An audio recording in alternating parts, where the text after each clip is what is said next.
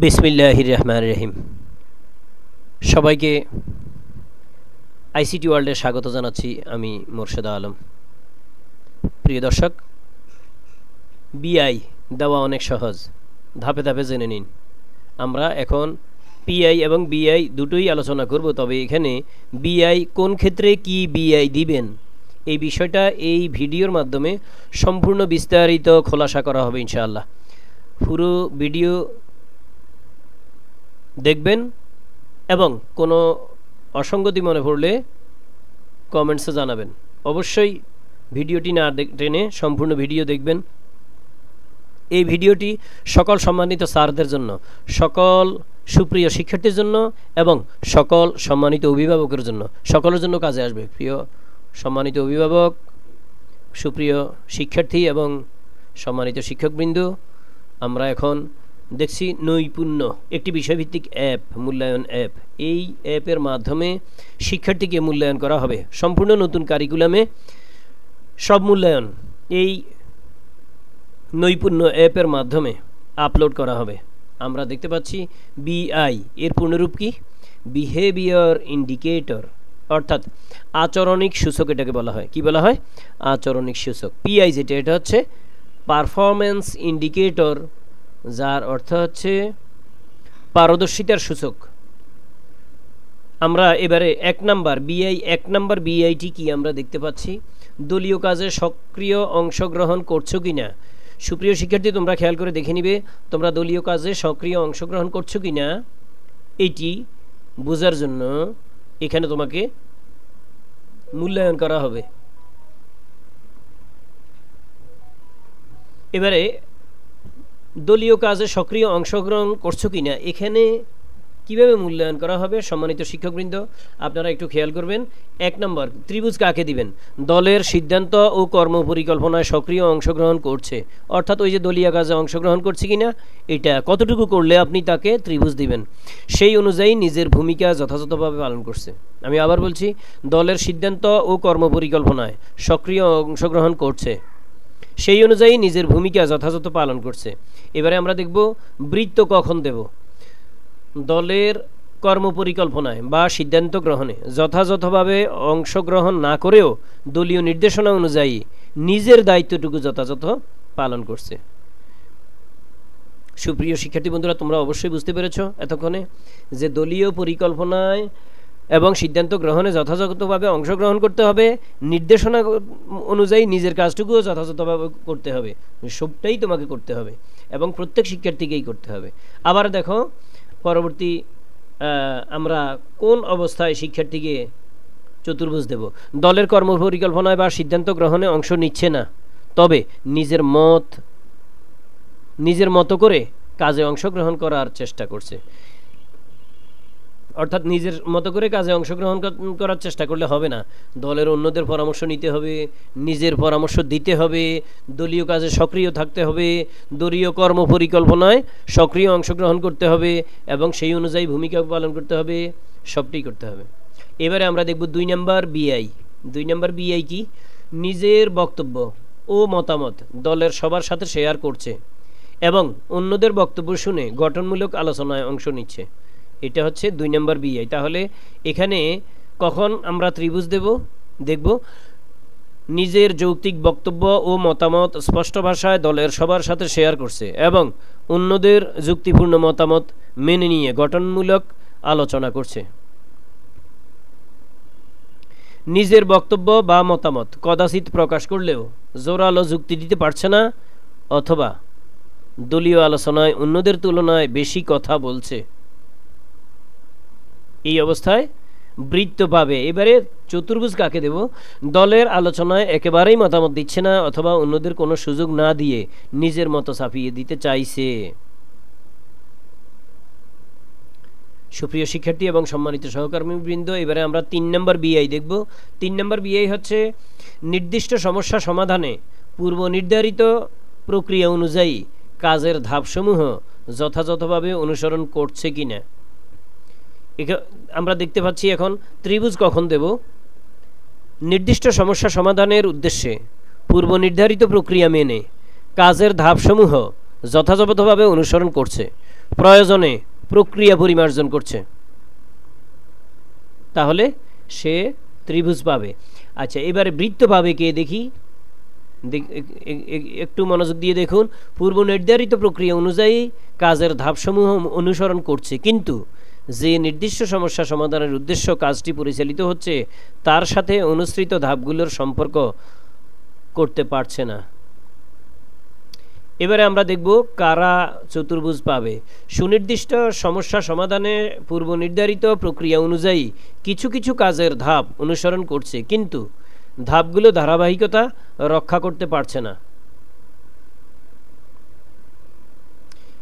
এবারে আমরা দেখব 4 নম্বর বিআই। 4 নম্বর বিআই কি? 4 নম্বর বিআইটি আগে দেখুন। শিখন অভিজ্ঞতা সমূহ চলাকালে পাঠ্যপুস্তকে বর্ণিত কাজগুলো সম্পন্ন করছে এবং বইয়ের নির্ধারিত স্থানে প্রয়োজনীয় ছক অনুশীলনী পূরণ করছে। আচ্ছা, তাহলে আমরা 4 নম্বর বিআই দেব কিভাবে? সম্পূর্ণ পাঠ্য বইগুলো, যেগুলি পাঠ্য বইয়ের অভিজ্ঞতাসমূহ পরিচালনা করছি তখন বর্ণিত কাজগুলো যে সম্পন্ন করছে এবং বইয়ের নির্ধারিত স্থানে প্রয়োজনীয় ছক পূরণ করছে, এই জিনিসটা দেখে 4 নম্বর বিআই দেব। এবারে আমরা দেখব বিআই 4 নম্বর বিআইতে ত্রিভুজ কাকে দেব।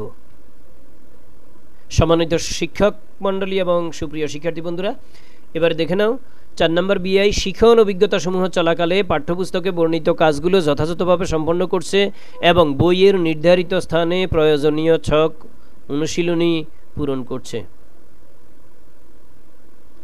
তাদের বিআই ত্রিভুজ হবে। এবারে আমরা দেখব বৃত্ত কাকে দেব। শিখন অভিজ্ঞতা সমূহ চলাকালে পাঠ্যপুস্তকে বর্ণিত কাজগুলো আংশিকভাবে সম্পন্ন করছে এবং কিছু ক্ষেত্রে বইয়ের নির্ধারিত স্থানে প্রয়োজনীয় ছক অনুশীলনী পূরণ করছে। এবারে দেখব কে চতুর্ভুজ পাচ্ছে। বিআই 4-এ শিখন অভিজ্ঞতা সমূহ চলাকালে পাঠ্যপুস্তকে বর্ণিত কাজগুলো কদাচিৎ সম্পন্ন করছে, তবে বইয়ের নির্ধারিত স্থানে প্রয়োজনীয় ছক অনুশীলনী পূরণ করেনি। এবারে আমরা চলে যাচ্ছি 5 নম্বর বিআই। 5 নম্বর বিআই কিসের উপর দেব? এবারে দেখুন, খুব মনোযোগ দিয়ে দেখুন। পরিকল্পনা অনুযায়ী যথাসময়ে নির্ধারিত কাজ সম্পন্ন করছে, অর্থাৎ প্ল্যান পরিকল্পনা অনুযায়ী নির্ধারিত সময়ে কাজ সম্পন্ন করছে কিনা, এর উপর আমরা বিআই 5 দেব। ত্রিভুজ কাকে দেব? পরিকল্পনা অনুযায়ী যথাসময়ে নির্ধারিত কাজ সম্পন্ন করছে, সে ত্রিভুজ পাবে। এবারে দেখো বৃত্তকে পাবে। যথাসময়ে নির্ধারিত কাজ সম্পন্ন করার চেষ্টা করছে, কিন্তু সঠিক পরিকল্পনার অভাবে কিছু ক্ষেত্রে নির্ধারিত সময়ের চেয়ে বেশি সময় লাগছে। এবারে দেখো বিআই চতুর্ভুজকে পাবে। 5 নম্বর বিআই চতুর্ভুজ সঠিক পরিকল্পনার অভাবে সকল ক্ষেত্রেই কাজ সম্পন্ন করতে নির্ধারিত সময়ের চেয়ে বেশি সময় লাগছে। তাহলে এখানে খেয়াল রাখতে হবে 4 নম্বর বিআই কিসের উপর গেল? পাঠ্য বইয়ের যতগুলো টেবিল আছে, ছক, এগুলির উপর বিআই 4 নম্বর গেল। 5 নম্বর বিআই হইল সে তাকে যখন কাজ দেব, সে কাজটা পরিকল্পনা অনুযায়ী যথাসময়ে এবং নির্ধারিত কাজগুলি যথাসময়ে সম্পন্ন করছে কিনা। যদি সময় বেশি লাগে তাহলে সে ত্রিভুজ পাবে না। এবারে আমরা 6 নম্বর বিআই দেখব। 6 নম্বর বিআই কি? এটা হচ্ছে 6 নম্বর বিআই। দলীয় ও একক কাজের বিভিন্ন ধাপে সততার পরিচয় দিচ্ছে। দলীয় ও একক কাজের বিভিন্ন ধাপে সততার পরিচয় দিচ্ছে, সে 6 নম্বর বিআই এর জন্য ত্রিভুজ পাবে কে? এবারে দেখুন, কাজের বিভিন্ন ধাপে যেমন তথ্য সংগ্রহ, তথ্য বিশ্লেষণ, তথ্য উপস্থাপন, কাজের প্রক্রিয়া বর্ণনা, নিজের ও দলের ব্যর্থতা বা সীমাবদ্ধতা নিয়ে আলোচনা, কাজের ফলাফল প্রকাশ ইত্যাদি সকল ক্ষেত্রে নিরপেক্ষতা ও বস্তুনিষ্ঠতার পরিচয় দিচ্ছে, তাহলে সে ত্রিভুজ পাবে। আবার দেখব আমরা দলীয় ও একক কাজে বিভিন্ন ধাপে সততায় পরিচয় দিচ্ছে, এক্ষেত্রে কোন পর্যায়ে সে বৃত্ত পাবে একটু দেখব। কাজের বিভিন্ন ধাপে যেমন তথ্য সংগ্রহ, বিশ্লেষণ ও উপস্থাপন, নিজের ও দলের ব্যর্থতা বা সীমাবদ্ধতা নিয়ে আলোচনা, কাজের প্রক্রিয়া ও ফলাফল বর্ণনা ইত্যাদি ক্ষেত্রে বিস্তারিত তথ্য দিচ্ছে। তবে এই বর্ণনায় নিরপেক্ষতার অভাব রয়েছে। সম্মানিত সহকর্মীবৃন্দ এবং সুপ্রিয় শিক্ষার্থীবৃন্দ, খেয়াল করবে, যদি এগুলিতে বস্তুনিষ্ঠতা বজায় রাখে তাহলে ত্রিভুজ পাবে। যদি নিরপেক্ষতার অভাব থাকে অর্থাৎ বস্তুনিষ্ঠতা বজায় না রাখে সেক্ষেত্রে সে বৃত্ত পাবে। এবারে দেখব চতুর্ভুজকে পাবে। কাজের বিভিন্ন ধাপে যেমন তথ্য সংগ্রহ, বিশ্লেষণ ও উপস্থাপন, কাজের প্রক্রিয়া বর্ণনা, কাজের ফলাফল প্রকাশ ইত্যাদি বিভিন্ন ক্ষেত্রে মন গড়া বা অপ্রাসঙ্গিক তথ্য দিচ্ছে এবং ব্যর্থতা লুকিয়ে রাখতে চাইছে। এই ক্ষেত্রে তার বিআই হবে চতুর্ভুজ। প্রিয় দর্শক, আমরা এবারে 7 নম্বর বিআই দেখব। 7 নম্বর বিআই কি আছে? 7 নম্বর বিআই হচ্ছে নিজের দায়িত্ব পালনের পাশাপাশি অন্যদের কাজে সহযোগিতা করছে এবং দলে সমন্বয় সাধন করছে। অনেক ভালো একটা গুণ এটা। কি কি করছে সে? অন্যদের কাজে সহযোগিতা করছে, দলের সমন্বয় সাধন করছে, হ্যাঁ, সবাইকে হেল্প করছে। অনেক হেল্পফুল মন মানসিকতার লোকটি। তাহলে কোন পর্যায়ে সে ত্রিভুজ পাবে? নিজের দায়িত্ব সুষ্ঠুভাবে পালনের পাশাপাশি অন্যদের কাজে প্রয়োজনীয় সহযোগিতা করছে এবং দলীয় কাজে সমন্বয় সাধন করার চেষ্টা করছে। তাহলে সে ত্রিভুজ পাবে। দেখি বৃত্ত পাবে কে? নিজের দায়িত্ব সুষ্ঠুভাবে পালনের পাশাপাশি অন্যদের কাজে প্রয়োজনীয় সহযোগিতা করছে এবং দলীয় কাজে সমন্বয় সাধনের চেষ্টা করছে। এবারে দেখব দলে নিজ দায়িত্ব পালনের পাশাপাশি দলের মধ্যে যারা ঘনিষ্ঠ শুধু তাদেরকে সহযোগিতা করার চেষ্টা করছে। অর্থাৎ এই লোকটা কি করছে? শুধু তার বন্ধু যে তাকে সহযোগিতা করছে, দলের সবাইকে সহযোগিতা করছে না সমানভাবে। তাহলে সে চতুর্ভুজ পাবে। এবারে আমরা 8 নম্বর বিআই দেখব। 8 নম্বর বিআই দেখি। 8 নম্বর বিআই হলো অন্যদের দৃষ্টিভঙ্গির ভিন্নতা ও বৈচিত্র্যের প্রতি শ্রদ্ধা রেখে তাদের মতামতের গঠনমূলক সমালোচনা করছে। আচ্ছা, আমরা দেখব এখন এটা ত্রিভুজ পাবে কিভাবে। অন্যদের দৃষ্টিভঙ্গি, ভিন্নতা ও বৈচিত্র্যের প্রতি শ্রদ্ধা বজায় রেখে তাদের মতামতকে গুরুত্ব দিচ্ছে এবং গঠনমূলক আলোচনার মাধ্যমে নিজের দৃষ্টিভঙ্গি তুলে ধরছে। বাহ, অনেক ভালো গুণ। এবারে দেখব বৃত্ত কারা পাচ্ছে। অন্যদের দৃষ্টিভঙ্গির ভিন্নতা ও বৈচিত্র্যকে স্বীকার করছে এবং অন্যের যুক্তি ও মতামতকে গুরুত্ব দিচ্ছে। তাহলে সে বৃত্ত পাবে। এবারে চতুর্ভুজকে পাবে দেখি। অন্যদের দৃষ্টিভঙ্গির ভিন্নতা ও বৈচিত্র্যকে গুরুত্ব দিচ্ছে না এবং নিজের দৃষ্টিভঙ্গি চাপিয়ে দিচ্ছে। নিজের দৃষ্টিভঙ্গি যেটা, এটাই নিজের মতামত ভুল হইলে ভুল, এটা চাপাই দিচ্ছে। ঠিক আছে, আমরা এবার 9 নম্বর বিআই দেখব। 9 নম্বর বিআই দলের অন্যদের কাজের উপর ভিত্তি করে গঠনমূলক ফিডব্যাক দিচ্ছে। অর্থাৎ অন্যদের কাজের উপর ভিত্তি করে গঠনমূলক ফিডব্যাক দিচ্ছ। তুমি অন্যরা যখন দলে কাজ করবে তখন এই কাজটা করবে, গঠনমূলক ফিডব্যাক দিবে। শুধু ভালো হয়েছে এটা বলবা না, আবার শুধু মন্দ হয়েছে এটা বলবা না। হ্যাঁ, উৎসাহও দিবে, আবার যে কোনো ত্রুটি থাকলে ত্রুটি ধরিয়ে দিবে। এইভাবে গঠনমূলক ফিডব্যাক দিবে। তাহলে দেখব এখন ত্রিভুজ পাচ্ছে কে? দলের অন্যদের কাজের উপর ভিত্তি করে যৌক্তিক, গঠনমূলক ও বাস্তবসম্মত ফিডব্যাক দিচ্ছে। তাহলে সে ত্রিভুজ পাবে। এবারে দেখব দলের অন্যদের কাজের গঠনমূলক ফিডব্যাক দেওয়ার চেষ্টা করছে কিন্তু তা সবসময় বাস্তবসম্মত হচ্ছে না, ফিডব্যাক সঠিক না। তাহলে সে কী করবে? সে বৃত্ত পাবে। এবারে দেখব চতুর্ভুজকে পাচ্ছে। প্রয়োজনে দলের অন্যদের কাজের ফিডব্যাক দিচ্ছে কিন্তু তা যৌক্তিক বা গঠনমূলক হচ্ছে না। ফিডব্যাক দিচ্ছে কিন্তু ফিডব্যাক যৌক্তিক হচ্ছে না এবং এটা গঠনমূলক হচ্ছে না। তাহলে সে চতুর্ভুজ পাবে। প্রিয় শিক্ষার্থী বন্ধুরা, এখানে 10টি ব্যক্তিগত যোগাযোগ, উপস্থাপন, মডেল তৈরি, উপকরণ নির্বাচন ও ব্যবহার ইত্যাদি ক্ষেত্রে পরিমিতিবোধ, বৈচিত্র্যময়তা ও নান্দনিকতা বজায় রেখে সিদ্ধান্ত নিচ্ছে। এটার জন্য ত্রিভুজ পাবে কারা? ব্যক্তিগত যোগাযোগ, উপস্থাপন, মডেল তৈরি, উপকরণ নির্বাচন ও ব্যবহার ইত্যাদি ক্ষেত্রে পরিমিতিবোধ, বৈচিত্র্যময়তা ও নান্দনিকতা বজায় রেখে যৌক্তিক সিদ্ধান্ত নিচ্ছে। তাদের জন্য ত্রিভুজ। এবারে দেখুন বৃত্ত পাবে কারা? ব্যক্তিগত যোগাযোগ, উপস্থাপন, মডেল তৈরি, উপকরণ নির্বাচন ও ব্যবহার ইত্যাদি ক্ষেত্রে বৈচিত্র্য আনার চেষ্টা করছে, কিন্তু পরিমিতিবোধ ও নান্দনিকতা বজায় রাখছে না। এবারে দেখব আমরা চতুর্ভুজ পাচ্ছে কারা? ব্যক্তিগত যোগাযোগ, উপস্থাপন, মডেল তৈরি, উপকরণ নির্বাচন ও ব্যবহার ইত্যাদি ক্ষেত্রে পরিমিতিবোধ ও নান্দনিকতার অভাব রয়েছে, তারা চতুর্ভুজ পাবে। প্রিয় দর্শক করেছি। এবারে আমরা দেখব কিভাবে খসড়া করা যাবে। খসড়া করার জন্য সফলভাবে লগ ইন করে প্রথম পাতায় যেতে হবে। তারপর বিভিন্ন বিষয়ভিত্তিক তথ্য মূল্যায়ন থেকে আপনার পছন্দকৃত বিষয় ক্লিক করুন। এরপরে পারদর্শিতার মূল্যায়ন, আচরণগত মূল্যায়ন থেকে প্রয়োজনীয় যে কোনো একটা অংশ নির্বাচন করুন। তারপরে শিক্ষণকালীন মূল্যায়ন নির্বাচন করে যে কোনো একটি অধ্যায় থেকে একটি অ্যাট্রিবিউট নির্বাচন করুন। এরপর আপনার ইচ্ছাকৃত যে কোনো একটি শিক্ষার্থীর মূল্যায়ন করুন এবং নিম্নের খসড়া বাটন চাপুন। এবারে আমরা এটাতে চলে আসব। আবার পিআই সংরক্ষণ, এটাও দেখব আমরা। ওইটা হচ্ছে খসড়া সংরক্ষণ, আবার এটা হচ্ছে পিআই সংরক্ষণ। এখন আমরা এটা একটু দেখব। আমরা তাহলে প্রতিষ্ঠান লগ ইন আছে, এখানে প্রতিষ্ঠান লগ ইন না গিয়ে শিক্ষক বা ইউজার লগ ইন এখানে চলে যাব।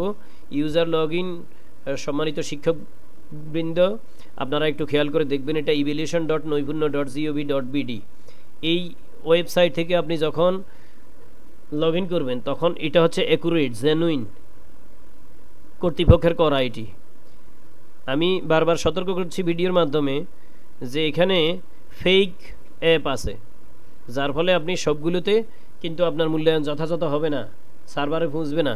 এজন্য আপনাকে এটা সতর্ক থাকতে হবে। আমরা এখানে ক্লিক করতেছি, এখন দেখি কি আসতেছে। এই যে নৈপুণ্য আসছে, আপনি দেখতে পাচ্ছেন আমার এখানে অনেকগুলো বিষয়, অনেক ক্লাস আমার, মাশাআল্লাহ। কয়টা ক্লাস এখানে দেখুন, এই যে 19টা ক্লাস আছে আমার, ছাত্র হইল 629 জন। এদের সবাইকে মূল্যায়ন করতে হবে। আমরা যে কোনো একটাতে গিয়ে এখন দেখাবো যে মূল্যায়নের সময় আপনি কিভাবে করবেন। হ্যাঁ, একটা হইল খসড়ার কথাটা বলবো আমি এখানে প্রধানত, আর আরেকটা হচ্ছে শিক্ষণকালীন মূল্যায়ন, এটা সংরক্ষণ, এটাও বলবো। হ্যাঁ, এই দুটো জিনিস এখান থেকে সরাসরি দেখাবো আমি। যে কোনো একটা বিষয় আমি ক্লিক করলাম, এখানে চলে আসছে। এটা হচ্ছে অষ্টম শ্রেণীর এখানে দেখতে পাচ্ছেন আপনি শিক্ষণকালীন মূল্যায়ন, ষান্মাসিক সামষ্টিক মূল্যায়ন, বার্ষিক সামষ্টিক মূল্যায়ন, এগুলি এখনও অ্যাক্টিভ না, কারণ এগুলি কিন্তু এখনও মূল্যায়ন হয় নাই, যেহেতু এগুলি অ্যাক্টিভ হয় নাই। আপনি এইটা দেখবেন অ্যাক্টিভ আছে, এই যে এগুলি অ্যাক্টিভ আছে, এই যে। হ্যাঁ, এখানে কয়টা পিআই? 1 2 3 4 5 6, 6টা পিআই।